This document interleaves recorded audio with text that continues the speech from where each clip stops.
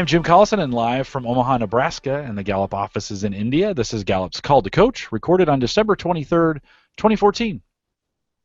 Call to Coach is a resource for those who want to help others discover and use their strengths. We have Gallup experts and independent strengths coaches share tactics, insights, and strategies to help coaches maximize the talent of teams and individuals and organizations around the world. If you have questions during our webcast, we do have a live chat room that's available for you. It's right below the main video window. Don't need to create an account. There's guest ways to log in that way, and we'd love to have you join us in the chat room. Really the best way to get questions into the show is through the chat room. And if you're listening to the recorded version and you have questions, the best way to do that would be send us an email. You can send that to coaching@gallup.com. If you have questions about custom strengths coaching solutions for small, medium, or large organizations, same email address, coaching@gallup.com. We'll get right back to you with that. There is a contact form on that page as well that you're on, and you can fill that out, and we will get right back to you as well. Don't forget to visit the Gallup Strength Center. That's just gallupstrengthcenter.com. For all your coaching resources and training needs, you can also catch the video and both streaming and now downloadable audio for offline listening to all our past shows. If this is the first time you've caught these, we have 75 of these or so, and we'd love to have you watch them. Coaching.gallup.com. Pooja Luthra is our host today. She works as an advanced consultant with Gallup in Delhi. And Pooja, great to see you again, and welcome back to another Call to Coach. Thanks, Jim. Good morning, everyone. Very, very warm welcome to the 8th edition of the India Call to Coach, and a very, very warm welcome in more ways than one, because we're here in a very, very freezing New Delhi. And Jim and I were just talking. We're actually at the same temperature as Omaha. Actually, it's a pride point, but it's so cold. It's not that cold. See, that's the perspective, Jim. Yeah, definitely. We're having a heat wave. You guys are having. Yeah, you're having a heat wave. You're having a cold wave. It's one of those things. I can't believe it's the 8th edition, and we're doing it for the better part of this year, and it's been absolutely great. It's been very insightful to meet up with all the coaches to see how they have deployed the Strengths Finder in different areas of their work, from education to sports to organizations to individuals. It's been the whole gamut of things. Very, very exciting. And another update is that we just concluded our 5th accelerated strengths coaching program just earlier this month in Bangalore. Amazing group of individuals, and it was lots of fun as always. So to start off for today, we have with us Balaji Kumar. Hi, Balaji. Hi, Pooja. Balaji, I had the privilege of getting to know him earlier this year when he did his strengths coaching certification earlier, and I must say it's been a privilege to know him since. He's been practicing the idea of strengths-based development for the past 6 years. As of now, he's heading talent and OD for Kane Energy, which is a big player in the oil and gas sector in India, and he's been using the idea of strengths-based development for individuals, for teams, and more importantly, as per my discussion with him just a little while ago, it's been a very insightful journey for himself, and that is something that he probably would tell us a little more about. So Balaji, without further ado, why don't you tell us a little bit about your top 5 and your journey in this area of strengths-based development. Sure, Pooja. Thank you so much, and it's great to be here. So my top 5 are strategic, learner, responsibility, command, and deliberative. And the way at least I would want to talk about it, Pooja and Jim, are that one is to say that, okay, how is it that one has helped others to discover their strengths and enhance their effectiveness? But my journey started with myself, and it continues to be so even today. And so that's where I just wanted to share a couple of areas as to how it has helped me, and then probably we can talk about how is it that we used the Strength Finder and the Strength philosophy to drive an organization-wide intervention. Absolutely. Yeah. So I mean, this is where I would probably use another frame of reference. So if one were to refer to the MBTI, my type is, an introverted. So I'm extremely introverted. Probably if there's a scale on MBTI which could, define the maximum introversion, it would be me. But then what I realized was that somewhere my my job requires and demands that I interact with a lot of people. And what I found myself ending up doing was if I interact with more people, I would get drained. When I did my strength finder, one of the first areas where I started working on is how do I really, increase my interaction with people. And for me, learner was one of the top five. And the awareness and the realization was how do I really activate that strength of mine to meet more people. So today, by by default, I really may not want to interact with a lot of people, but the minute I activate my learner, say what is it that I can learn from this interaction, what is it that I can learn from this person, I am able to overcome the first obstacle, and after that it's a it's fun interacting with people for me. Now that was the first time that I actually, used the strength based approach on myself. And ever since that, I found it so useful for myself. And then, of course, we went on to do an organization wide intervention. But let me pause here if you want to delve a bit deeper on how is it that I've used for myself. That's a great example of learner in action. And if you remember, we talk about the different domains under which these talent themes fall, and learner is obviously one of the domains that helps you to think. However, what example you've just given is how you've used learner to build a relationship. So which is a great example of that. I will ask you another quick question if you have some more insights onto it, because I haven't really come across too many of our coaches who have both command and deliberative in their top 5. So any insights around the combination and how that works for you? Oh, yeah, I mean that's actually it's quite an intriguing combination. Uh, so the way it has worked for me, Pooja, is that uh, you know so I activate my command theme whenever I foresee a challenge or some issue which is going to crop up. So here's how it is. My deliberative and strategic are a great combination. It really helps me map out what are all the things which are possible and what are all the areas where it can go wrong. Now, wherever I see that things are not going to work the way I want them to work, then that's when I come onto the forefront. I take charge of the situation, right? So command and deliberative help me in a way that I'm able to switch off and switch on between these two themes.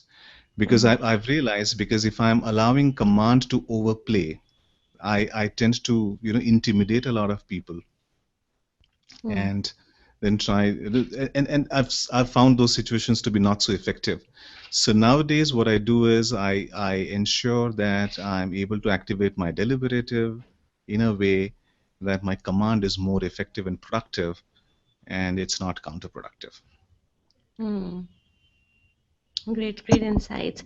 So tell us a little bit about the organizations. I know that even before Kane Energy, you have had the opportunity to use the idea of strengths. Yep. Tell me a little bit about that. Sure. So this was in the earlier organization where we were working with strengths. What we realized, Pooja, was we had a competency framework, and one of the tasks or a challenge which was thrown at us was how do we really enhance the effectiveness of managers on certain competencies. And we had identified 2 or 3 of them amongst 7 competencies which were extremely critical for the business to succeed. Now, when we went back and spoke to some of the managers, because they had a very good way of assessing where the gaps are, but when it came to taking developmental steps or remedial action, if you will, people would invariably end up taking developmental actions which were suggested by their managers. And what we realized was that when managers would suggest a particular development action, they were operating more from their strengths rather than the strengths of the employee. And what we realized was, for example, there was a competency called influence and engage. Now, if I have relator as a theme, vis-a-vis I have deliberative as a theme or command as a theme, I would approach influence and engage in completely different ways. So if you are my manager, and if you are operating from your strength, you would prescribe certain actions to me which are based on what you would want to do rather than playing to my strengths. So the way we shifted the entire narrative, if you will, was we said that fine, influence and engage is what you need to start displaying, but use your strengths, irrespective of what your strengths are, use your strengths to demonstrate the same behavior. So it was almost as if saying that the end destination is the same for everybody, but the road or the path which you take is different for each one of us. And what was more important in this entire thing was to make the managers also be aware and sensitive to this so that they do not end up prescribing what the employees need to do in terms of developing their competencies, but allow and coach, if you will, the employee to actually activate their dominant themes or strengths to display the same behaviors. And and it was something which went on for almost a year, and we covered everybody, in fact, all employees and all managers. And at the end of it, when we did a pre and post assessment, we actually saw that those three competencies, there was a significant shift both in terms of their assessment as well as their managers assessment.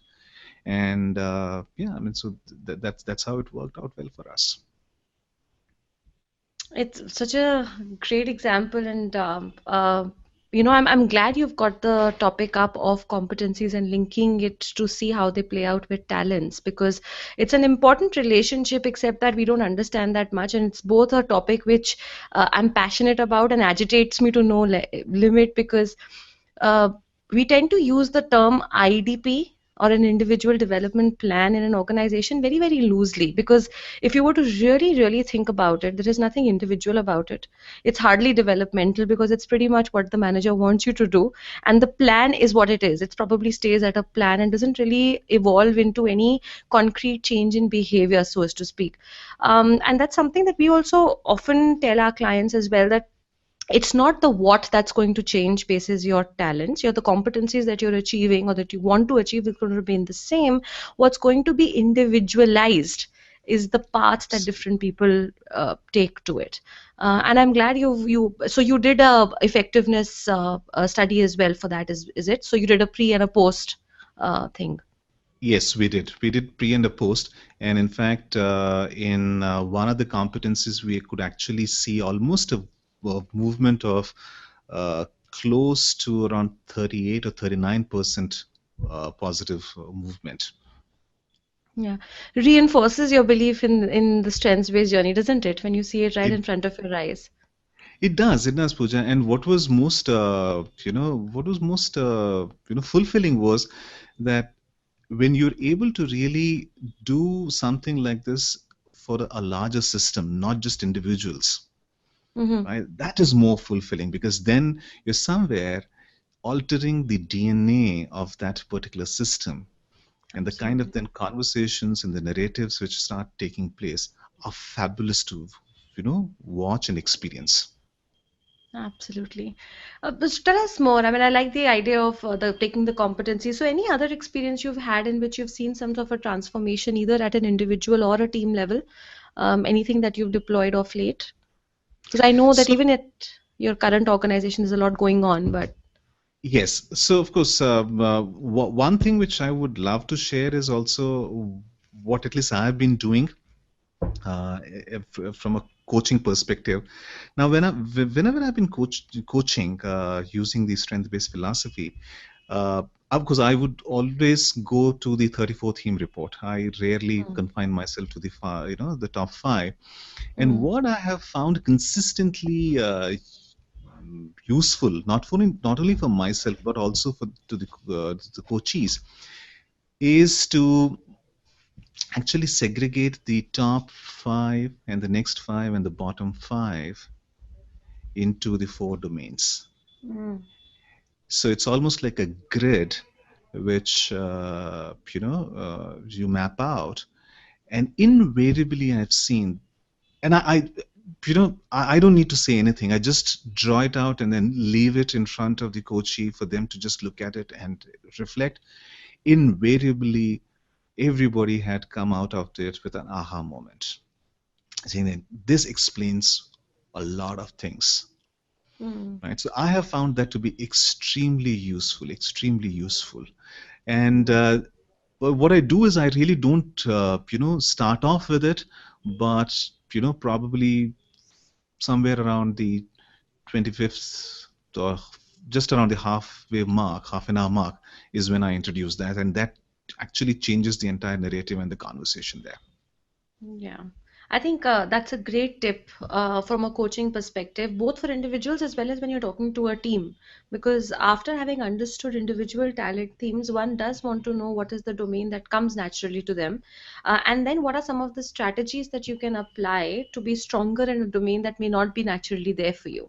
So it lends a lot of actionability to the whole process. So I think it's a great idea to bring it up at towards the close of a session, because that's when you want to start leaving openings for action. That what does it do? What do I do with my command? What do I do with my deliberative?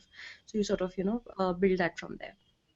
Absolutely, Pooja. And because, and somewhere over a period of time, this also is stemming from the belief that the so-called bottom themes or talents are not understood in the right sense, Mm-hmm. right? They tend to get, they tend to be left out of the radar. But for me, they are also important themes to work with, because somewhere I believe, and this is my own personal belief, and there's a lot of work to be done in that area, that these are parts of yourself which you may not have embraced or accepted, and you have relegated them to some corner.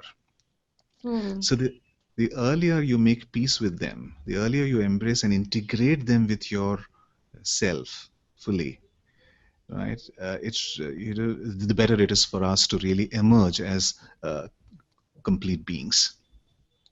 I love that thought also. I mean, instead of saying that let's talk about them so that we'll know what to do about them, we're not trying to lift them up, because that's not going to happen.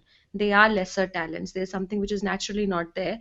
However, the purpose of bringing it up is so that you accept it and not get fixated by it, because it's like we say that you're pretty much defying gravity. Everybody wants to talk about, tell me my bottom five, and if you evade it, it's like leaving that big question mark in your client's mind, saying that but why aren't we talking about things that I don't have?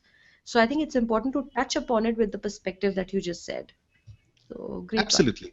And then leading them into the conversation, saying that just because these are bottom themes or talents, it does not mean that what you want to achieve as an outcome or a result can't be achieved. I mean, you can still leverage your other dominant talents to achieve what you really want to achieve. Yeah, absolutely. Absolutely. I'm going to pick your brain a little, Balaji, on, you've been in the industry, and you've been, in leadership positions where HR, OD, talent, and all of that is concerned. So for HR professionals, or OD professionals who are trying to, like you said, have an impact on the DNA or the culture of an organization with the strengths-based approach, any ideas on things which are quick wins, which are your low hanging fruit, to at least start managers and line people thinking in the direction that strengths based development, that approach does work? Right. I think, so Pooja, I think more so for HR professionals and OD professionals, and probably to a large extent HR professionals, what tends to happen, Pooja, is that we tend to see managers and leaders in their weakest moments. And Hmm. it's easy for, and probably when they are taking some of the toughest decisions. And I have Hmm. seen, and this is no reflection on anybody. I mean, I have been in that position myself, and I continue to do it once in a while, even now. It's easy for us to really, pass judgments on leaders, on managers, and, you know, just, you know, and be very evaluative of them, right? But we also need to realize that we probably see them in their most vulnerable moments. We also see them in when they are taking some of the toughest decisions. Now, till the time I'm not wearing a strength-based hat, right, I would really not be able to accept them where they are and start working with them from there on, right? I think my own, reaffirmation to myself day in and day out is, again, what you you've been reiterating time and again, is to start with where the other person is, right? Whether you're doing OD work, whether you're doing HR work, whether you're dealing with leaders, and once you do that, once you start accepting the reality as it is, that's when it opens up an opportunity and a window to co-create a new reality. Now, whether you do strength-based work at an individual level, or you leverage appreciative inquiry at a larger systemic level, but it's all about having that strength-based lens and asking those right questions. I mean, if one is able to do just those two things very diligently, I think that's a very great starting point. And what I do at the end of the day, Pooja, for me is at the end of every day when I go back, the only question I reflect on is that what are those instances where I have been able to really, help somebody leverage his or her strengths, and where are those opportunities which I have lost for doing that. And I measure my progress and my success only by slowly increasing that count, one a day, one a week. Great point. From a strategy perspective, Balaji, I mean, the culture building around strengths. I mean, it can be at, like what you said, individual level, manager level, and then sort of you go on from there.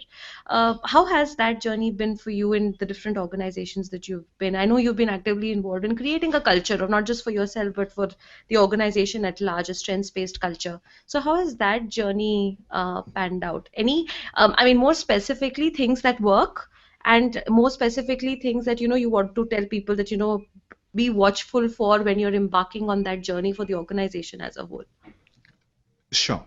So Pooja, the way I look at it is that every organization, every context will have a different response. So, for example, in one of the earlier organizations where we worked, the senior leadership team supported it fully. And hence, it was easy for us to, start it with the leadership and then cascade it across the organization. In another place where I worked, we realized that the senior leadership team may not be so, okay, it might not be anti this, but it might not be supportive of this also. So, it was virtually left to us to decide what we want to do. And that's when we decided that if we were to start with the leadership team, it may not really, cascade below that. So what we did was we changed the game, and we said that why don't we start with the middle management? Because what we realized was that, and that's where the sweet spot was for us, because the middle management was a layer which impacted not only the layer below them, but also the layer above them, right? And it was the maximum point of leverage for us. And once we started that work there, it was so heartening to see that their bosses and their bosses' bosses then came back to us saying that, oh, you're doing something with those guys and seems to be effective. Why don't you do something on those lines for us? And it caught fire there, right? So I mean, each situation, each organization, each context will have a different response to it.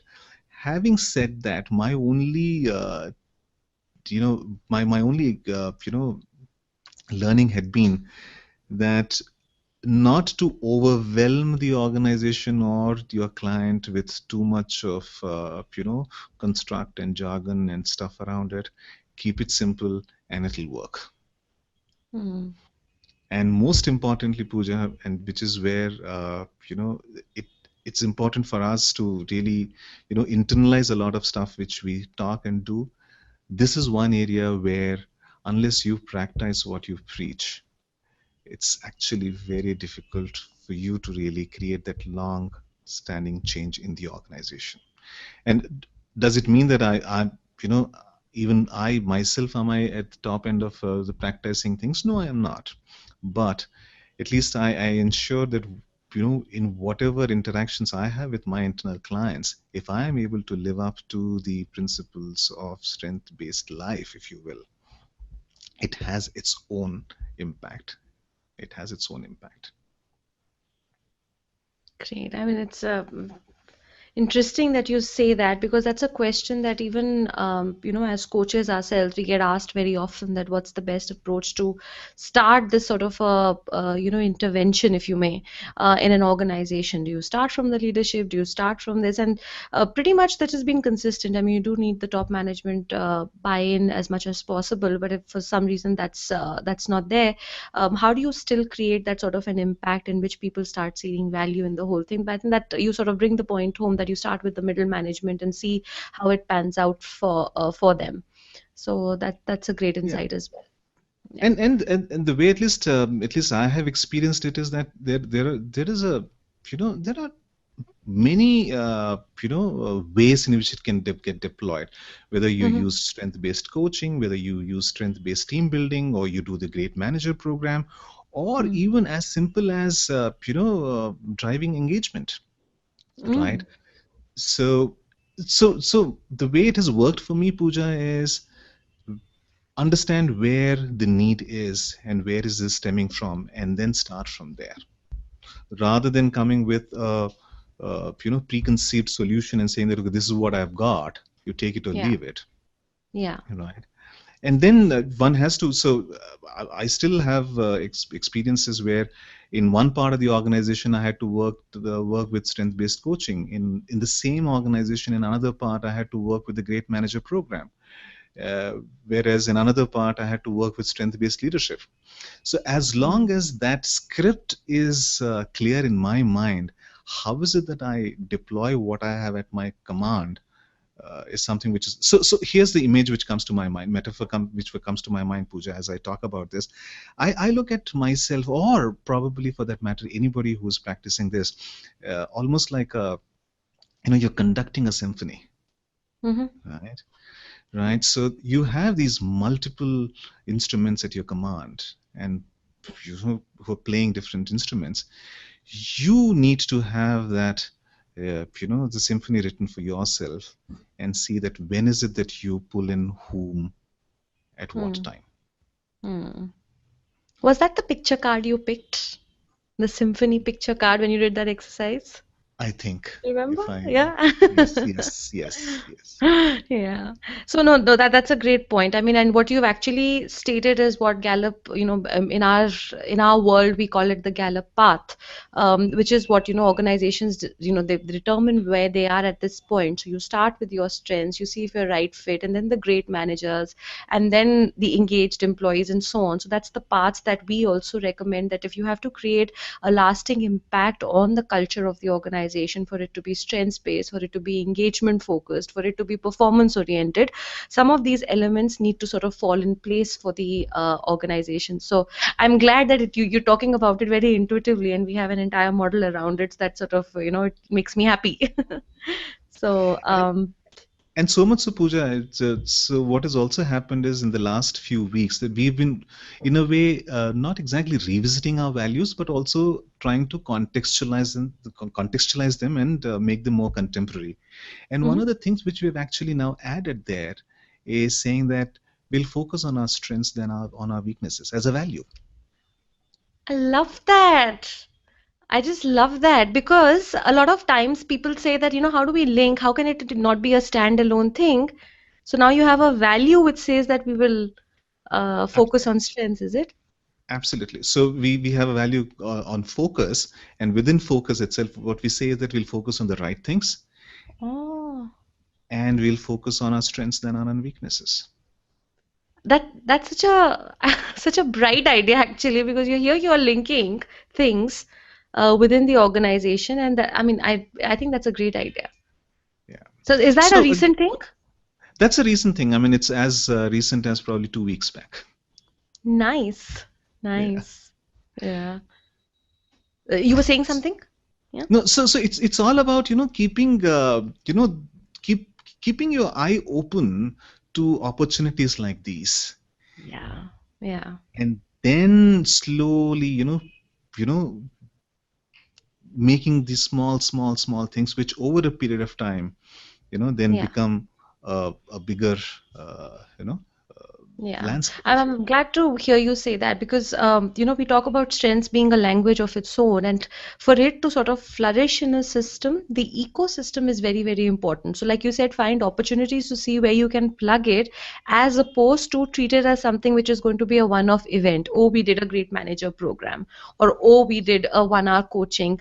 That's not going to get you there. So, it's more about creating that ongoing experience in which constantly people are bombarded with. Others talking about their own talents, you talking about your own talents, you're actually seeing talents in action. So unless that happens, for the DNA to change, I mean, of course you could have individual, you could have transformation, suddenly there was an eye opener, the session you just did, but then for the culture to sort of evolve or transform itself, you do need that ecosystem around you. So I'm still stuck at the values. I think it's a great initiative. Really, I'm going to follow up on that with you later. Oh, sure, sure. I mean, I would myself love to see, how it's actually fructifies over the next 1 year. Yeah. But I'm really excited that at least we've been able to make that, beginning as well. So now everything fits in well for me, right? So there's a values Hmm. piece. There is something which is going on in the coaching space. Then there Yeah. is, the manager effectiveness, which we have built completely around the strength-based philosophy. Yeah. So Yeah. that's where, as you've rightly said, how do you really create then the ecosystem around it? Yeah. Absolutely. Great. But that's all that I have for right now. I'm sure there are questions, Jim. Yeah, let me jump in with the question. So Carol Ann had asked, and let's go back to your top five. She had asked, how do you see your top five? She mentions deliberative and learner, but when you were younger, especially as a child, and you look back that way, can you see some of those themes working their way out, and were some of them as dominant now as they were then? Can you talk a little bit about that as you grew through that? Sure. I think the one theme which really stands out for me right from my younger days is the command theme, right? Because probably I was somebody both within the family and the school and the college. I would definitely be somebody who was in the forefront of things, taking charge of things, and making things happen. So that's something which really has stayed with me through and through.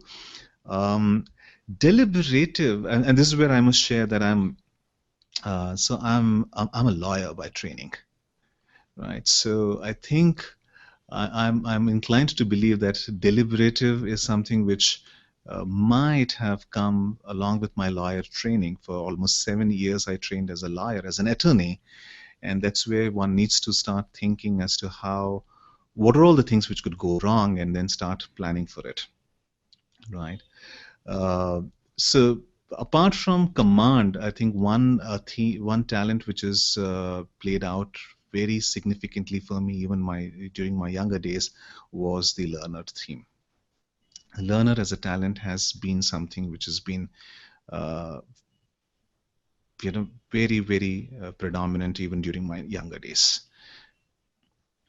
Does that answer the question, Jim, or Yeah, I was it think something? so. I think some of the essence is as we grow and develop, and some of our coaches have they work with both kids, younger children, youth, and then adults, and there's always this desire to kind of begin to see these things start to pop out a little bit as kids become teens and young adults, and wondering, especially in the area of strength spotting, we like to hear stories, so to speak, of how that worked out in you, right? At what point did you really see learner and begin to take advantage of it in your own life? You mentioned the story about being able to use learner as a tool for, because you're introverted and you knew there were points you had to be extroverted in a sense, right, to get to know people, you turn that learner theme on that. So I think folks like to hear stories oftentimes of how that how those themes transform people. Talk a little bit about, as we think about, you mentioned you're a lawyer and you've got this deliberative and command. If you look at your bottom 4 or 5, any aha moments for you on those? We've heard about the top, but as you looked, you mentioned taking the first 5, the second 5, and the bottom and putting them in the domains. Any aha moments for you when you look at your bottom 5 or 4 or 5? Oh yes. So for me, so the bottom 2 really stand out for me. One is woo, and second is positivity, right? And the aha for me there, Jim, when I saw it for the first time, was that when you study law, right, and you see the darker side of life as well. So somewhere the positivity starts getting, diminished, if you will. So I have to constantly remind myself, saying that, okay, whatever you've learned there is not the gospel truth. Similarly, woo for me was very intriguing because, at one point in time, I thought that I was, I had that talent, but somewhere as I grew, uh, you know, probably it was because of the I don't know how far and to what extent the legal education contributed to it, but woo was something which really surprised me. And frankly, if you ask me, today as we speak, that's one of the themes which I've taken for myself to reflect on, saying that what is it that has happened uh, in the formative stages because of which woo has been a bottom talent, and how is it that one really starts making peace with it, right? So because I also realize woo is is at times required in the area of work which I do, and the earlier I make peace with it and embrace it, the better it is for me. Do you find that you substitute command in place of woo when you need that? You're absolutely right. You're spot on. You're spot on, and that's what happens. And at times it becomes a bit counterproductive. In what way? So talk a little bit about that. How does that become counterproductive for you? Right. So when it is command, when I start taking charge of things, invariably I tend to step on others' toes, and people resent it. And that's when times are a number I have uh, been left in a situation where people have abandoned me, and I was the only one who was, taking the entire responsibility for the task or the project. And this also plays very well to my responsibility theme, right? Because suddenly then I am the one who's the Hercules who's carrying the entire burden with me, and everybody else has just dropped it off. But I do also realize that if I were to really, work with my woo, I wouldn't really, intimidate people. I wouldn't really step on their toes, and I will be able to, take them along with me. So Yeah, I'll just quickly jump in that, Jim. Uh, be it command or woo. I know this is getting into coaching, but if you remember, we spoke about balconies and basements, right? So both of these are influencing themes for sure. And when you talk about, in command, if you feel you're stepping on somebody else's toes and people are sort of not with you, it obviously means that maybe the command needs to sort of, get from the raw to the mature category, and you're conscious of it. That's a great beginning in itself. However, feeling that the woo would have helped you not get into trouble of that kind is probably an assumption, because when you talk about balcony of a woo, or a basement for a woo, a lot of people find people with high woo also intimidating, because it's not something the way you influence, it's a need that you have. So being a high woo, a person has a need to be able to interact with people they don't know. So they draw energy from strangers, they draw energy from crowds, people who necessarily they don't have a relationship, but they draw that sort of an energy. And if you're the type who, let's say, has a relator or a deliberative, and suddenly you're accosted by this person who has a high woo, it may come across like, whoa, you're stepping on in my private space, why too much too fast, sort of a thing. So both of them could have that sort of a basement. So I guess that's another fodder to make peace with the fact that if who is not there, it's okay. Oh yeah, absolutely. And And oh, go ahead. no, and this insight came to me when almost around 2-3 months back, my elder son, who is now 13 years, he threw this at me. He's saying that whenever you want me to do something for you, why is it that you command? Why is it that you dictate? Right? And it struck me like a lightning, because that's when it kind of I just paused. I froze actually.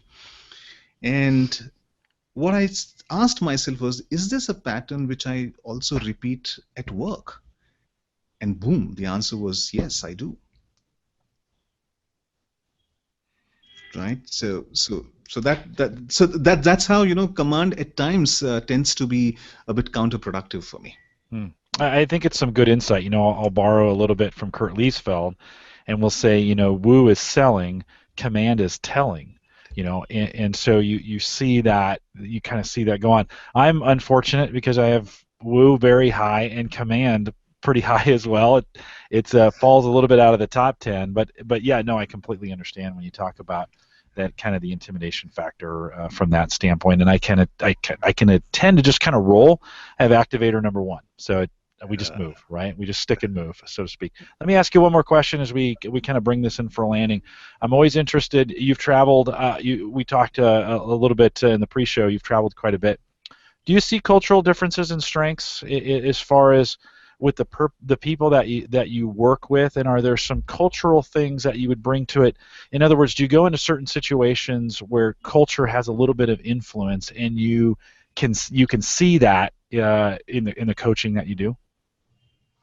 So Jim, okay, I may not have examples on this, but the way at least I have experienced it is that culturally I have not seen significant differences, but the only thing which I've seen is that the way these things get manifested in different cultures, and I'm talking about organizations in different parts of the world or different organizations in the same part of the world, they tend to be different, right? So for example, the way, let's say, again, a relator tends to get expressed in a very immense multinational corporation in India, or let's say a core Indian organization, tends to be completely different the way they are expressed, right? So those are the cultural nuances which at least I have felt. But honestly, I'll be very honest, till the time you've asked me this question, I have not really reflected on it, but that's something which is definitely worth getting a bit deeper for me. I think about it all the time as we do these shows around the world now, and so it's one of those things I like to ask as people who do get to work globally, is what do they see in that, and how do as they work with people, think about that. So maybe we can come back around to that at some point in time. I will, but here's a hypothesis, and here's my experience also, but a very provocative hypothesis.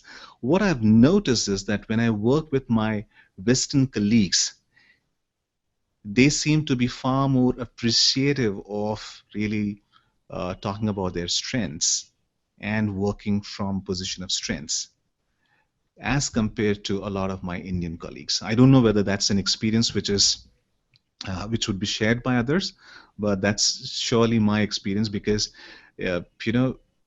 for a lot of my Indian colleagues, to get them to really understand and appreciate and start working with strengths is a bit more difficult, I have experienced, than what I have experienced with my listening colleagues. And not always so here in the United States as well. As I think about the 25 or 30 years I've been in the workforce here, I don't think it's always been as open here either, but certainly here in the U.S., I would agree with you. I feel a sense of it's okay for people to kind of open up a little bit and talk about those in the corporate culture as opposed to it wasn't before. So some good insight there, and that's exactly kind of what I was looking for from you, so I appreciate that. Pooja, let's kind of bring this in for landing. Anything else you want to add, and then what do we have going on in India that you might want to highlight?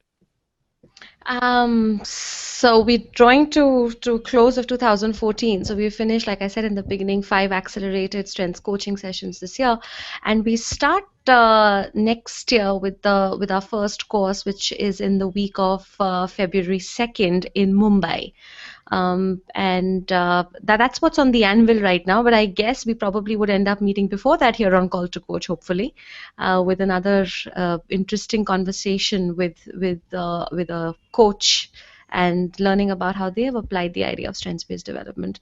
So that's it from our end, Jim. You bet. Every fourth Tuesday, as in 2015, I think we're going to try and stay on that schedule. The second Tuesday would be Australia. Singapore. Third will be Australia. Fourth will be India, and we will do those every Tuesday throughout the month. So great opportunity if you're. And I think I'd love to have people around the world listen to these. You don't have to be from that area to participate in those at all. They are available, and if you want to get access to them, they're all available on the strengths on our coaches blog. So if you go to coaching.gallup.com, they're available out there as well. We're going to remind you to take full advantage of all the resources we have available on our Strengths Center. So if you go to Gallup-Strengthscenter.com, lots of resources, including being able to purchase codes and take this if you're wondering what this assessment is. Maybe it's the first time you heard it and you're interested in doing that, you can do that as well. If you have questions or comments or something about around the coaching that we've talked about, send us an email, coaching@gallup.com. You can kind of see a trend here. All you need to really remember is coaching and Gallup, and if you put those combinations together, you can get to one of our websites. We have a meetup page. Pooja, we need to get some meetups going in India in some of the major cities there. We need to think. We got Singapore going, and we have about 15 cities here in the U.S. We gotta get some stuff going where we have some strengths folks gathering. I think we do have something planned for 2015, and as soon as something gets crystallized, we'll probably share it with everyone very soon. Very good. Well, we're excited about what's going on there in India. We want to thank Balaji for coming on. Thank you for taking the time to be in the office. Appreciate it. Pleasure is all mine. Thank you so much. You bet. Pooja, great to see you again. We'll be back here next month in January, and we'll remind folks, if you want to know of all the webcasts that are going on, just head out to gallup.eventbrite.com. They're all listed right there. We want to say thanks to everyone for joining us today. We'll look forward to the next Call to Coach, and with that, we'll say goodbye, everyone.